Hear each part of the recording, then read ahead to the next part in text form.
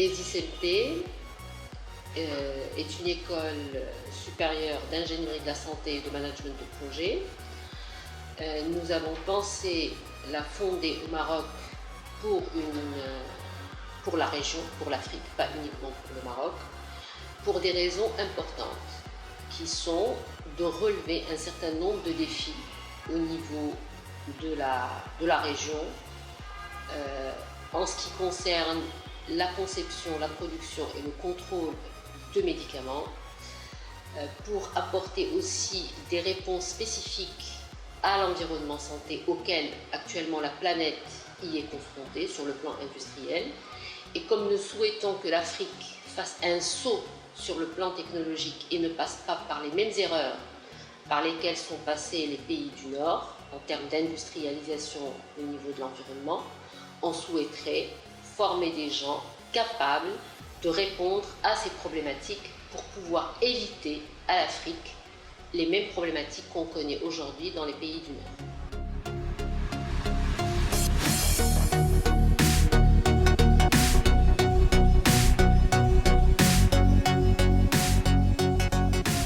Alors c'est une formation qui est organisée sur 2 cycles, cycle licence et cycle master.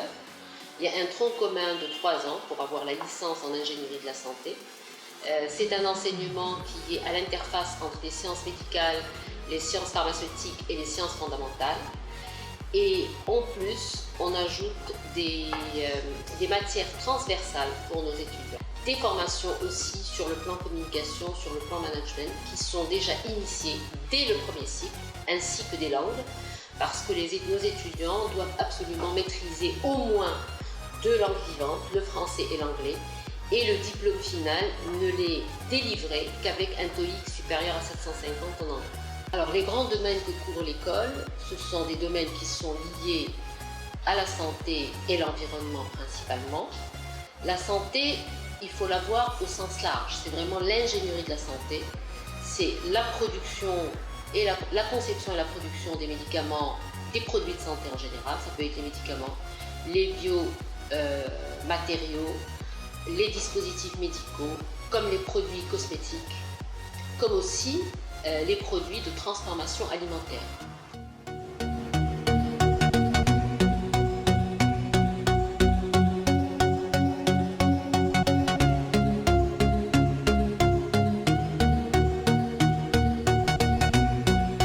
Deuxième domaine, c'est l'évaluation médicale de ces produits de santé. C'est ce qu'on appelle la recherche clinique ou la recherche biomédicale. C'est l'évaluation de l'efficacité et de la tolérance des produits de santé tels que les médicaments sur les êtres humains. Et pour pouvoir évaluer correctement ces médicaments, il serait utile de les évaluer au niveau des populations locales. Par exemple, si on veut travailler par exemple sur une nouvelle molécule comme pour le palu, il serait plus utile de pouvoir évaluer et tester ce médicament sur les populations locales en fonction de leur mode de vie, en fonction de la latitude au niveau géographique. On a plusieurs filières. On a une filière dans la recherche clinique avec 2 options, en coordination des essais cliniques et en data management.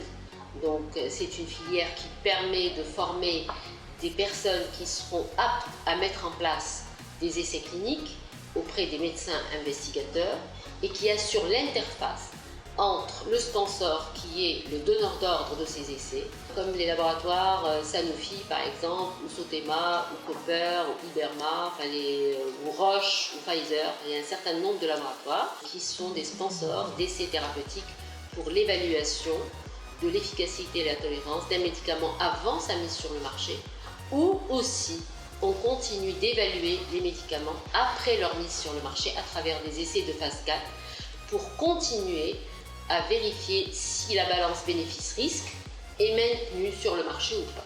On a besoin de bien connaître la chaîne de valeur, de savoir acheter les bons médicaments, de savoir acheter le bon matériel médical, de connaître toute la chaîne de valeur au niveau hospitalier depuis l'intégration d'un patient au niveau de l'hôpital jusqu'à sa sortie. Donc là encore, on forme dans les métiers de l'administration des hôpitaux et des cliniques et des centres de soins. On forme aussi dans le marketing des produits de santé. Là encore, c'est des métiers qui sont particuliers parce que le marketing des produits de santé et surtout le marketing pharmaceutique n'a rien à voir avec le marketing général de n'importe quel produit. Là encore, il y a des réglementations, il y a des façons de faire pour pouvoir commercialiser les produits de santé. On a aussi une autre filière qui est nommée environnement santé. Là, c'est une filière qui nous permet de former nos lauréats à évaluer et gérer les risques environnementaux et sanitaires, qui sont des risques souvent chroniques, et pouvoir mettre en place des moyens de prévention et d'action adaptés à chaque pays et à chaque problématique. Alors on a des enseignants marocains, des enseignants étrangers, on a des partenaires à travers le monde, on a des enseignants qui viennent d'Europe et d'autres qui viennent du Canada et bien sûr et les enseignants marocains des facultés de médecine et des facultés des sciences. Plus bien sûr les intervenants industriels.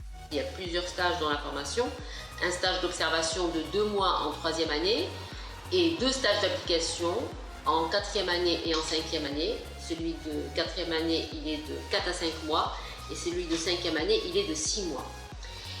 Et pour nous, la recherche de stage ou l'intégration dans le stage, c'est comme une recherche d'emploi à part entière. Et on souhaite que nos étudiants, quand ils intègrent leur stage, ils l'intègrent déjà en tant que professionnels et apportent une compétence et une plus-value pour l'employeur.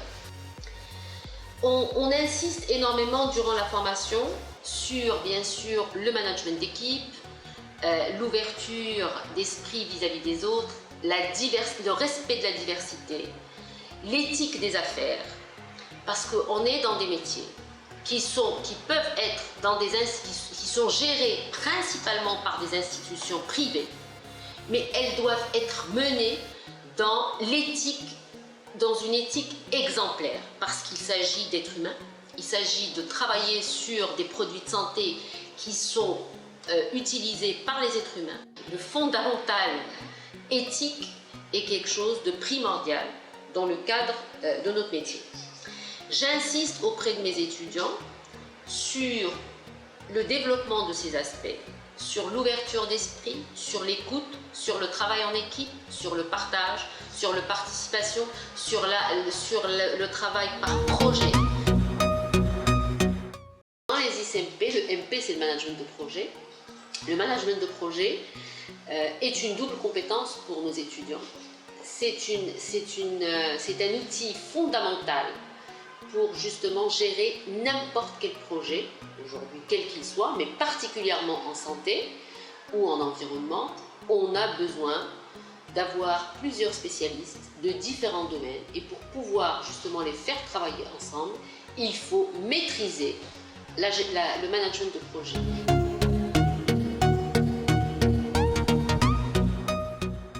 Quand je faisais les cours, j'avais peur, j'avais l'idée sur mon stage, comment j'allais faire mon stage. Mais à ma grande surprise, dès que la directrice a contacté la société automatiquement a accepté de prendre mon dossier et j'ai fait 6 mois de stage avec une rémunération, bien sûr, avec toutes les conditions réunies, à savoir le transport et la restauration. J'étais pris en charge d'une manière entière par la société. Ça se passe bien vu que là où j'ai fait mon stage, j'ai été directement embauché. Depuis les 3 premiers déjà de mon stage, je voulais m'embaucher depuis les 3 premiers mois, je voulais même casser mon stage pour que je devienne directement salarié. Ce que j'ai trouvé d'aussi intéressant dans notre école, c'est que nous devons effectuer un stage chaque année. Vu que j'ai pu intégrer l'école durant les 2 dernières années, donc j'ai pu effectuer 2 stages. Un premier dans le laboratoire de contrôle qualité d'une entreprise d'une multinationale située au Maroc.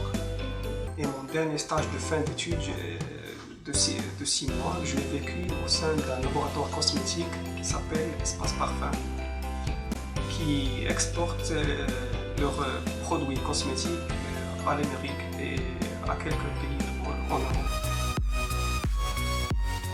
Nous organisons chaque année un échange interculturel entre les pays du Nord et les pays du Sud à travers les étudiants qui sont représentés au niveau de notre établissement et d'autres étudiants qui viennent d'autres pays.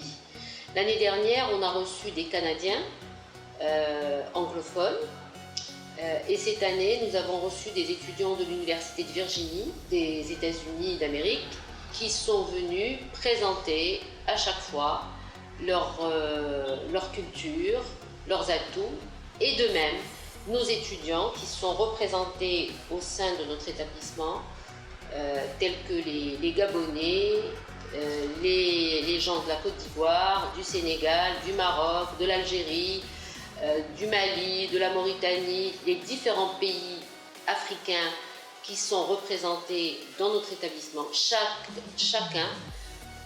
groupe a présenté son pays, sa culture, ses atouts, sa région, son ethnie, et en même temps, j'ai demandé à mes étudiants de s'habiller d'une manière assez intéressante, traditionnelle, pour montrer aux étudiants des autres pays nos atouts aussi sur le plan vestimentaire. Et ça a toujours été un échange extrêmement intéressant, très apprécié par nos étudiants. Ça permet à nos étudiants aussi au sein de l'établissement de se connaître entre eux, d'apprendre les uns des autres, de s'ouvrir les uns aux autres et de ne pas avoir d'a priori particuliers, parce qu'on ne connaît pas les gens, quand on ne les connaît pas, on a des a priori.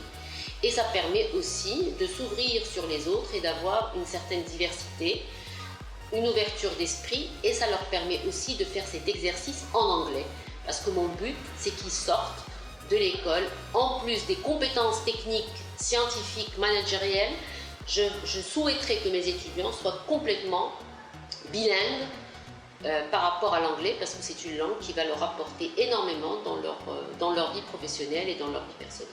Alors, et prochainement, on est en train de monter une formation e-santé, c'est-à-dire utilisation des technologies de l'information avec la santé. C'est d'actualité et c'est des métiers d'avenir.